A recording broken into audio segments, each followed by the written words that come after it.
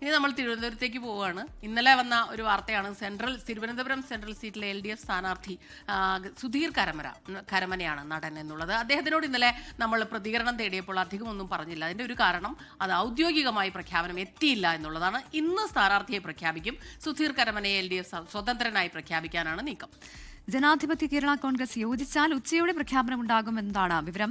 R Sreejith തിരുവനന്തപുരത്ത് നിന്ന് ചേരുന്നു. ശ്രീജിത്ത്, ജനാധിപത്യ കേരള കോൺഗ്രസ് യോജിക്കാതിരിക്കാനുള്ളൊരു സാധ്യതയുണ്ടോ? ഇപ്പോൾ തന്നെ ഒരു ദിവസം മാത്രമാണ് ഇനി പട്ടിക സമർപ്പണത്തിന് ബാക്കിയായി ഉള്ളത്, നാമനിർദ്ദേശ പത്രികാ സമർപ്പണത്തിന് ബാക്കിയായി ഉള്ളത്. അപ്പോൾ ഇനിയും ആ പ്രഖ്യാപനം വൈകാനുള്ള സാഹചര്യമുണ്ടോ?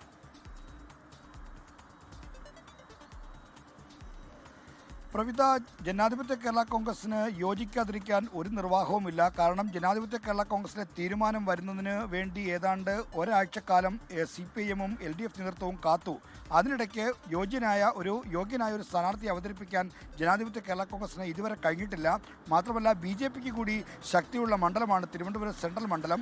അവിടെ ഒരു ശക്തനായ സ്ഥാനാർത്ഥിയെ അണിനിരത്തിയില്ലെങ്കിൽ ആ സീറ്റ് BJPയിലേക്കടക്കം പോകാനുള്ള സാധ്യതയുണ്ട്. അതുകൊണ്ട് ഇപ്പോൾ നിർദ്ദേശിച്ചിരിക്കുന്ന പേര് സമ്മതിക്കുക മാത്രമാണ് ജനാധിപത്യ കേരള കോൺഗ്രസിന് മുന്നിലുള്ള പോംവഴി. എന്തായാലും അക്കാര്യത്തിൽ ആലോചന നടത്താനായി രാവിലെ CPIM-ന് സംസ്ഥാന സെക്രട്ടറി MV ഗോവിന്ദനും പൊളിറ്റ് ബ്യൂറോ അംഗം A വിജയരാഘവനും അടക്കമുള്ള ആളുകൾ AKG സെന്ററിൽ കൂടിയാലോചന നടത്തുന്നുണ്ട്.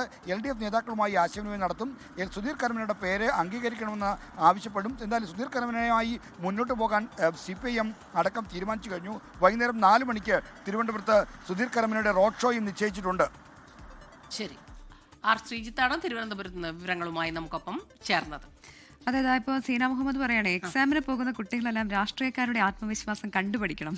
സത്യ, ഞാനും ആ ഒരു വശം തന്നെയാണ്. നമ്മളെ എന്ത് കാര്യം പറയുമ്പോഴും ഇവർ അവസാന നിമിഷം വരെ നോക്കുക. ഈ വോട്ട് എണ്ണിക്കൊണ്ടിരിക്കുമ്പോൾ വരെ എല്ലാ മുന്നണികളും പറയും 100% വിജയമോ, 100 അല്ല 110% എന്ന് വരെ പറയും. അപ്പൊ അതൊരു പോസിറ്റീവായിട്ടുള്ള കാര്യം തന്നെയാണ്. അത് അങ്ങനെ തന്നെയാണ് വേണ്ടത്.